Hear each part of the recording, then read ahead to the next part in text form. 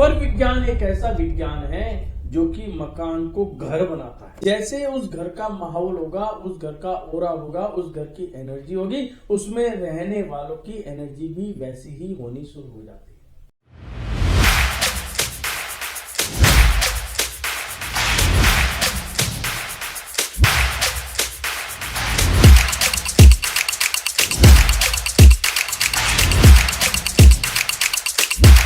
नमस्कार दोस्तों, मैं हूं डॉक्टर प्रदीप जैन।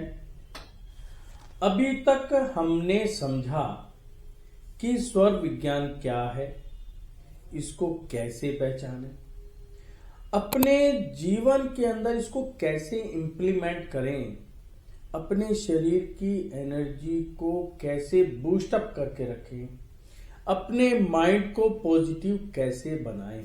आज हम समझते हैं कि स्वर विज्ञान जितना हमारे शरीर के लिए जरूरी है, उससे भी ज्यादा जिस घर के अंदर हम रह रहे हैं, जिस मकान में हम रह रहे हैं, उसके लिए भी जरूरी है।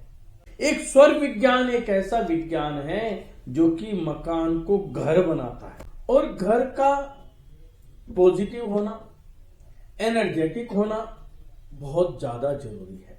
क्योंकि जिस घर के अंदर हम रह रहे हैं, जैसे उस घर का माहौल होगा, उस घर का ओरा होगा, उस घर की एनर्जी होगी, उसमें रहने वालों की एनर्जी भी वैसी ही होनी शुरू हो जाती है। तो ये हमें अब कई एंगलों से समझना होगा कि हम अपने घर की एनर्जी को पॉजिटिव कैसे बना के रखें, क्योंकि हमारी एनर्जी से भी घर की एनर्जी बदलती है और घर की एनर्जी से भी हमारी एनर्जी बदलती है। तो आज हम ये समझते हैं कि हम अपने शरीर की एनर्जी से, हम अपने ओरे से, अपने आभा मंडल से अपने घर की एनर्जी को कैसे बदलें। तो इसकी शुरुआत होती है सुबह से, कि जैसी सुबह वैसा ही शाम।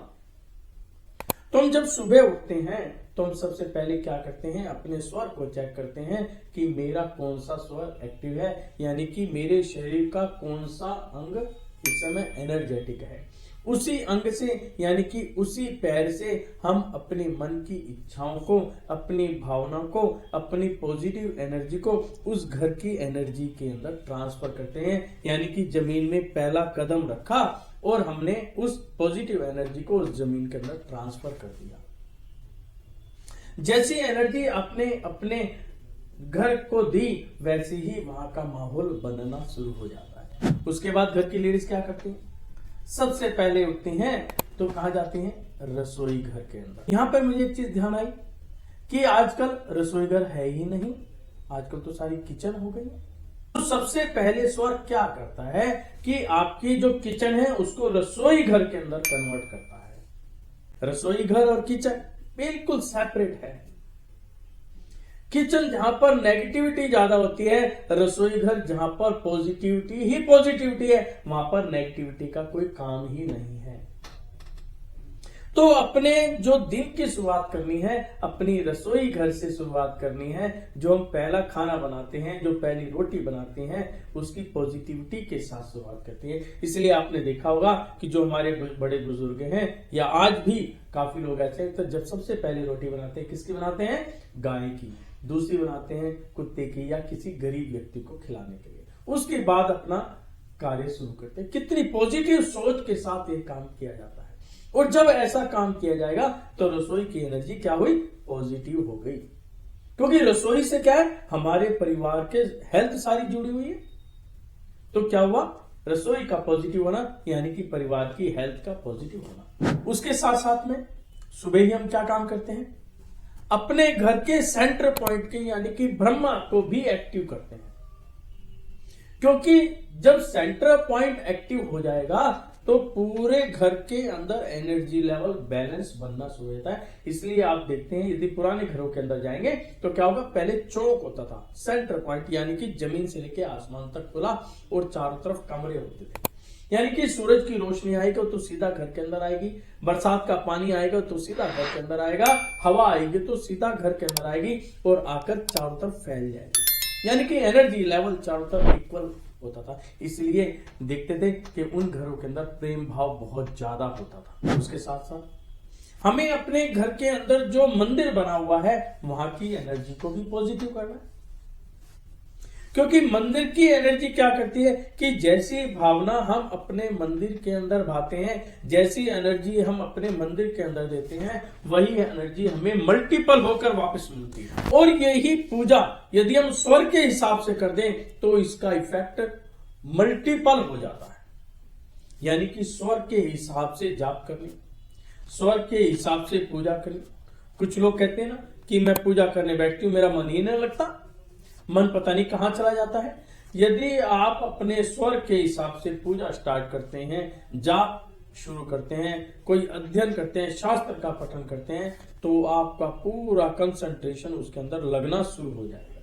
ये है स्वर का इफेक्ट। तो हमें अपने स्वर को पहचानना है, स्वर के हिसाब से भी हमें पूजा पाठ को करना है।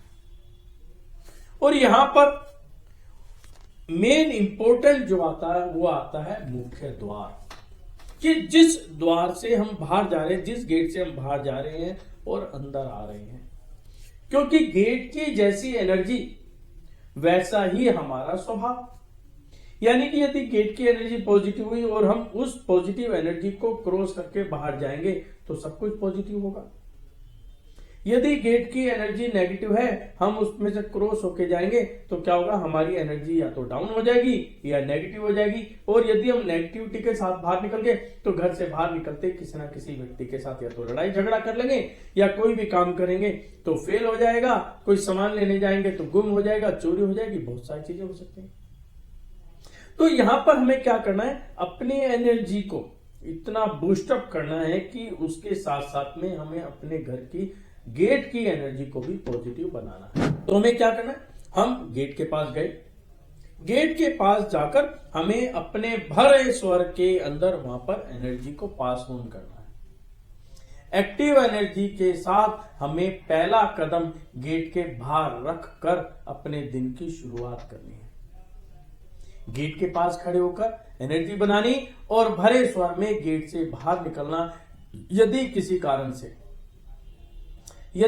कारण से गेट पर नेगेटिव एनर्जी होगी भी तो वह पॉजिटिविटी में बदल जाएगी। तो जब गेट की एनर्जी पॉजिटिव होगी तो ऑटोमेटिकली सारे काम अच्छे शुरू हो जाएंगे, उनके रिजल्ट अच्छे मिलने शुरू हो जाएंगे। तो इस प्रकार से हम अपने पूरे घर की एनर्जी को बूस्टअप करके रखें, पॉजिटिव बना के रखें। और ये किससे हुआ, हमारे स्वर से। जैसी मेरी सोच वैसा मेरा कार्य। अब हम इसको एक एग्जाम्पल से समझते हैं। दो व्यक्ति बैठे हैं और बैठे बैठे उनमें किसी बात के ऊपर तनातनी होगी, गुस्सा आना शुरू हो गया और दोनों में लड़ाई झगड़ा हो गया। और जैसे ही लड़ाई झगड़ा हुआ तो क्या हुआ, पूरे घर की एनर्जी डिस्टर्ब हो गई।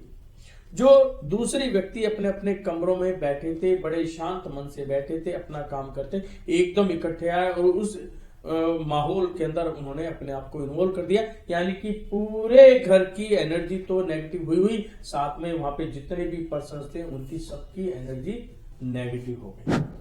अब दूसरे एंगल से समझते हैं कि दो व्यक्ति बैठे थे और बैठे ही बैठे किसी बात पर हंसने लगे, ठहाके लगने शुरू हो गए और इतना खुशी का माहौल हो गया कि और जितने भी पर्सन जहां पर बैठे थे वहीं पर आ गए। और आने के बाद एक खुशी का दोबारा माहौल बनना शुरू होगा। उससे क्या हुआ, घर की एनर्जी तो बूस्ट हुई, साथ में उन सबकी एनर्जी भी बूस्ट हो गई। किसके कारण, उन दो व्यक्तियों की एनर्जी के कारण। तो इस प्रकार से कोई भी व्यक्ति अपनी एनर्जी से सामने वाले को पॉजिटिव बना सकता है और नेगेटिव बना सकता है। पॉजिटिव बनाएगा तो हर हालत में उसको प्लस ही प्लस मिलेगा, हेल्थ भी अच्छी रहेगी, वेल्थ भी अच्छी रहेगी। तो इसलिए हर व्यक्ति को हमेशा हेल्दी रहना चाहिए। श्वासों के माध्यम से अपने आप को, अपने परिवार को, अपने घर को हमेशा हेल्दी बनाकर रखना चाहिए। आज मैं आप लोगों से एक बात और भी कहना चाहूंगा कि जब हम गृह प्रवेश करते हैं तो हम आजकल एक रिवाज चल पड़ा है रिबन काटने का, जी रिबन काटेंगे। तो मैं उन सभी लोगों से कहना चाहूंगा कि जब भी हम कोई नई शुरुआत करते हैं, चाहे घर की करें, चाहे ऑफिस की करें, चाहे फैक्ट्री करें, कभी भी शुरुआत हमें कैंची से या किसी भी चीज को काट कर नहीं करनी चाहिए। उसकी शुरुआत करनी चाहिए मंगल कलश से, मंगल भावनाओं से, गांठों को खोलकर प्रेम भाव से।